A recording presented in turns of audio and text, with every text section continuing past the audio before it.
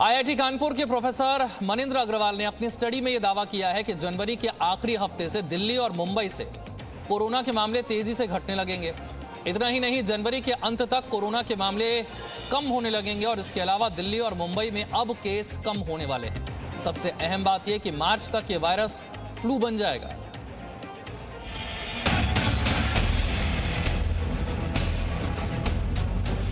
दुनिया में सबसे तेजी से वैक्सीनेशन अभियान चलाने वाला देश भारत कोरोना के खिलाफ निर्णायक युद्ध लड़ रहा है।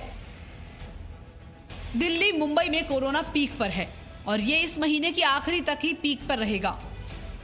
ऐसा दावा आईआईटी कानपुर के प्रोफेसर मनिंद्र अग्रवाल ने अपने गणितीय मॉडल के आधार पर किया है।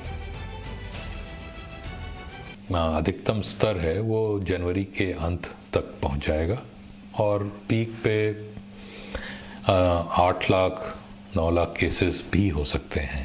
सबसे महत्वपूर्ण मुद्दा है कि हम स्वयं अपना ध्यान अच्छे से रखें, वैक्सीन अवश्य लगवाएं और जब भी ज़्यादा भीड़ वाली जगह में जाएं तो मास्क पहनें। प्रोफेसर मनिंद्र अग्रवाल के मुताबिक मुंबई और दिल्ली में इस हफ्ते से कोरोना के मामले घटने लगेंगे। प्रोफेसर मनिंद्र अग्रवाल के मुताबिक जनवरी के आखिरी सप्ताह में कोरोना पीक पर रहेगा। 15 फरवरी से नए मामलों की संख्या घटने लगेगी। स्थिति देखी गई है कि अधिकतर लोग जो संक्रमित हो रहे हैं उनको बहुत ही हल्का किस्म का इन्फेक्शन हो रहा है। जो अभी तक भारत में डेटा हमें मिला है उनके अनुसार जितने लोग संक्रमित होके रिपोर्ट होते हैं उसमें 4-5% से अधिक लोगों को हॉस्पिटलाइजेशन की आवश्यकता नहीं होती।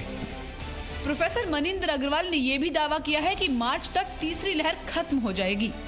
प्रोफेसर अग्रवाल ने यह भी दावा किया है कि कोरोना जब देश में पीक पर होगा तब रोजाना 7 से 8 लाख मरीज आएंगे, लेकिन संक्रमण जितनी तेजी से बढ़ेगा उतनी ही तेजी से उतर भी जाएगा। हालांकि जिन शहरों में अभी केस कम है वहां केस बढ़ सकते हैं, लेकिन मुंबई में पीक आ चुका है। इसी तरह दिल्ली का भी हाल है। चुनाव और कोरोना के संबंध पर इस आकलन में दावा किया गया है कि कोरोना उन राज्यों और शहरों में भी तेजी से फैला है जहां चुनावी भीड़ नहीं जुट रही है।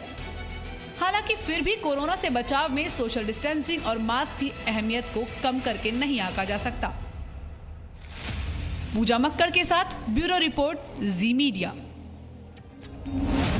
पूजा मक्कड़ मेरी सहयोगी और जानकारी के साथ जुड़ गई हैं। पूजा, आप आईआईटी कानपुर के प्रोफेसर हैं मनिंद्र अग्रवाल, इनकी बात जो है वो एक अच्छा संकेत दे रही है, लेकिन जो पूरी स्टडी है इसका अगर सार समझने की कोशिश की जाए तो वो क्या है? देखिए विशाल, स्टडी का सार ये है कि मुंबई में पीक आता हुआ नजर आ रहा है इस गणितीय मॉडल के आधार पर, और दिल्ली अब पीक की तरफ बढ़ चुकी है। तो ये मानना चाहिए कि अगले जो 15 दिन बचे हैं इस महीने के उसमें पीक आएगा।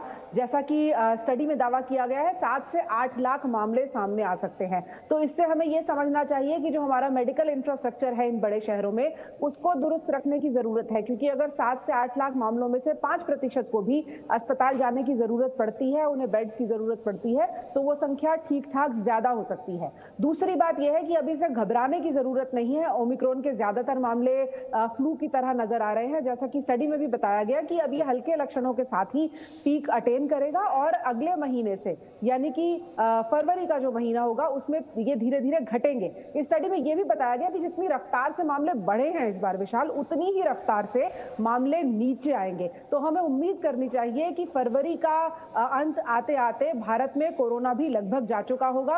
और जैसा कि अब हम कल से देख रहे हैं, इंग्लैंड ने यह तय किया है कि कोरोना के जो मामले हैं नए उनको फ्लू की तरह ट्रीट किया जाएगा। मास्क और सोशल डिस्टेंसिंग की अनिवार्यता इंग्लैंड में कई जगहों से हटा दी गई है। तो धीरे धीरे हो सकता है भारत में भी यह स्थिति आ जाए कि इसे फ्लू की तरह ट्रीट किया जाए। लेकिन अगर आज की स्थिति की बात करें तो आज की स्थिति को लेकर WHO ने साफ कहा है कि ओमिक्रॉन को उतने हल्के में भी ना ले जितने हल्के में कई देश समझ रहे हैं। ओमिक्रॉन फ्लू नहीं है और ये कई लोगों को, खासतौर पर ऐसे लोग जो वैक्सीनेटेड नहीं है और गंभीर बीमारी से पीड़ित है, उन लोगों के लिए जानलेवा साबित हो सकता है। ऐसे में अभी सावधानी बरतने की जरूरत है, लेकिन उम्मीद करनी चाहिए कि अगले महीने तक ये जो संकट से देश इस वक्त जूझ रहा है, जिसमें तेजी से मामले आ रहे हैं, इसमें भारी कमी देखने को मिलेगी।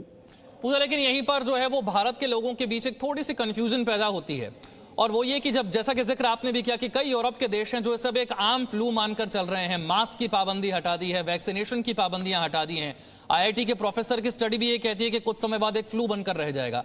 ऐसे में आज की स्थिति में भारत के लोगों को कितनी सावधानी बरतनी चाहिए? देखिए विशाल, जो पश्चिमी देशों में और भारत में फर्क है वो दो बड़े फर्क वैक्सीनेशन को लेकर हैं।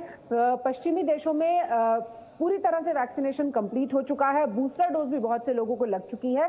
और दूसरी बात है जनसंख्या। इंग्लैंड की अगर बात करें और भारत की बात करें तो जितने इलाके में भारत में लोग रहते हैं, पॉपुलेशन डेंसिटी जिसे हम कहते हैं, वो इंग्लैंड में बहुत कम है भारत के मुकाबले। इसीलिए हमारे देश में अभी भी सोशल डिस्टेंसिंग और मास्क को हमें नहीं भूलना चाहिए। और अगर हम ऐसे भी देखें तो कई स्टडीज ये बताती हैं कि मास्क की वजह से सिर्फ कोरोना ही नहीं, भारत में बहुत सारी संक्रमित बीमारियों की संख्या में कमी आई है। तो ये सारी फायदों को देखते हुए भारत को अब लंबे समय तक, मेरा ख्याल है, मास्क को तो अपनी आदत बना के रखना होगा। भले ही हम कोरोना को फ्लू मान ले, ओमिक्रॉन के वेरिएंट को फ्लू मान ले, लेकिन मास्क की जरूरत भारत जैसे देश में कभी भी कम नहीं होगी। Presenting B News app, available on Google Play and App Store. Download it now.